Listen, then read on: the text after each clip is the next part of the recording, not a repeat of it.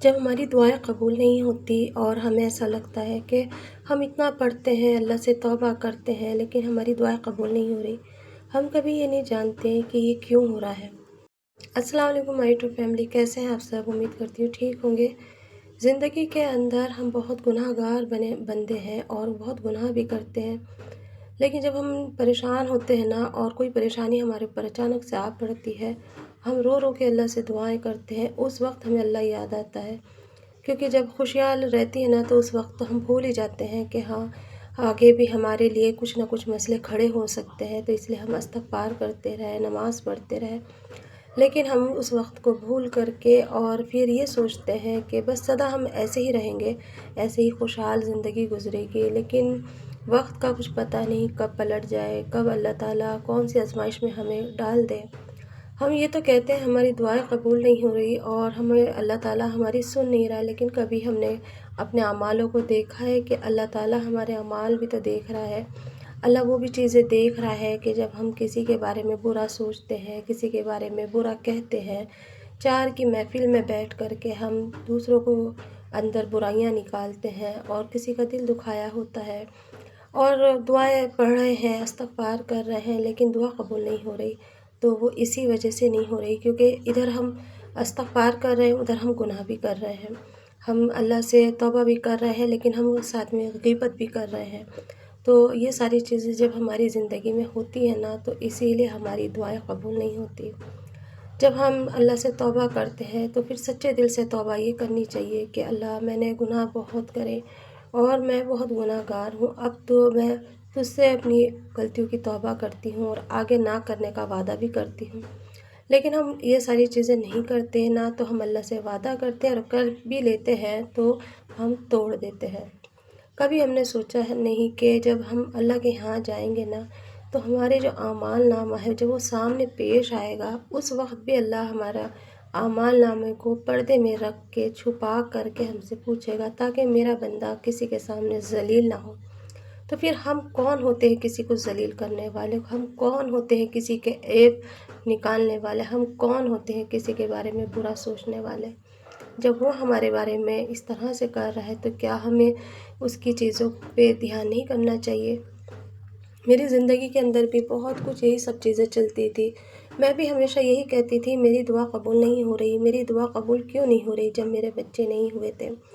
کیونکہ ساتھ میں اللہ کے شکوے گلے بھی تو کرا کرتی تھی، میں یہ بھی تو کہتی تھی کہ اللہ تعالیٰ میری دعا قبول نہیں کر رہا، یہ نہیں دیکھتی تھی کہ اس کے بدلے میں اللہ نے میرے لیے کچھ بہتر ہی سوچا ہوگا۔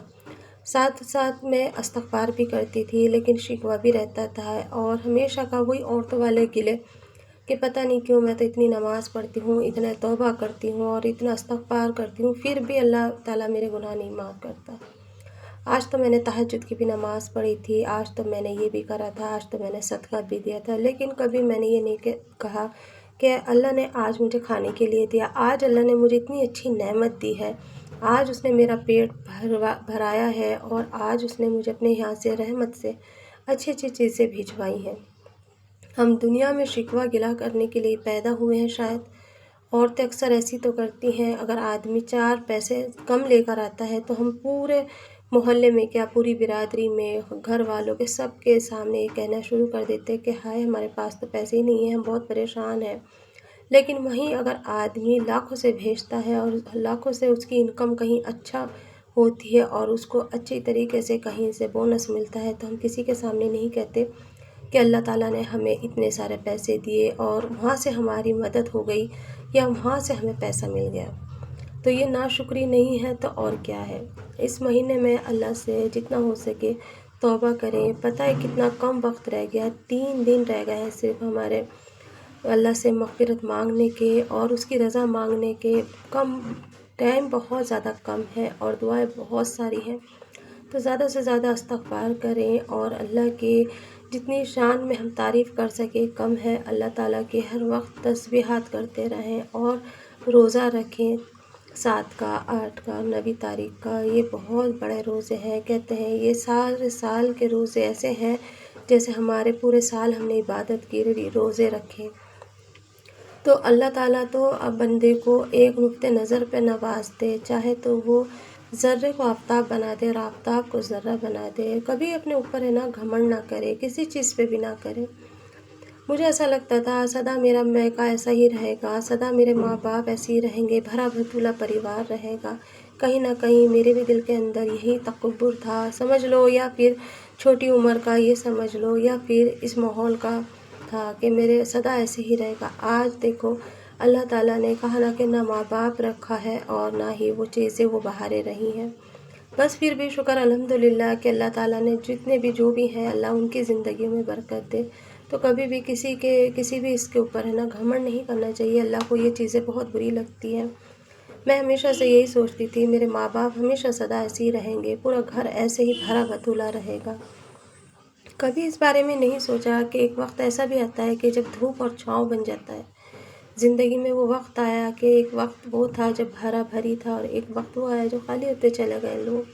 تو یہ اللہ کی شان ہے. اللہ کا ذکر جتنا ہو سکے اتنا کرے، اور اس کے رزق کے لیے اللہ تعالیٰ سے ہر وقت شکریہ ادا کرتا رہے، اور یہ کہتے رہیں کہ اللہ تیرا شکر ہے. جتنا ہم اللہ کا شکر ادا کرتے ہیں اللہ اتنا ہی ہمیں نوازتا ہے، اور اللہ اتنا ہی ہمیں بھر بھر کے دیتا ہے. بس یہ کہ نیت اچھی ہونی چاہیے، اور ساتھ ہی ساتھ میں جس کا بھی جو بھی حق ہے جیسا بھی ہے ادا کرتے رہو، اور اللہ سے معافی مانگتے رہو. اللہ کے یہاں جانے کے دن ان قریب ہے، وقت کا کچھ پتہ نہیں، صبح سے شام اور شام سے صبح کب جان نکل جائے. آج ہم جب کبھی کسی کا اعلان ہوتا ہے نا مسجد میں، تو ہم کہتے ہیں کہ دیکھنا فلاں کا اعلان ہو رہا تھا، پتہ نہیں آج کس کی مٹی اٹھی. کل کو یہ وقت ہمارے ساتھ بھی آگا جب ہمارا اعلان ہوگا. محفلوں میں ہماری بھی باتیں ایسی ہوں گی کہ اللہ بخشے ایسا کرا کرتی تھی، اللہ بخشے ہم بھی کہلائے جائیں گے. اس وقت سے ڈرنا چاہیے، اور بس اللہ کی حمد و ثنا کرتے رہو اور تسبیحات پڑھتے رہو. جتنا ہو سکے ان دنوں میں زکوٰۃ دیتے رہو. زکوٰۃ دینے سے نا اللہ تعالیٰ بڑی سے بڑی پریشانیاں دور کرتا ہے.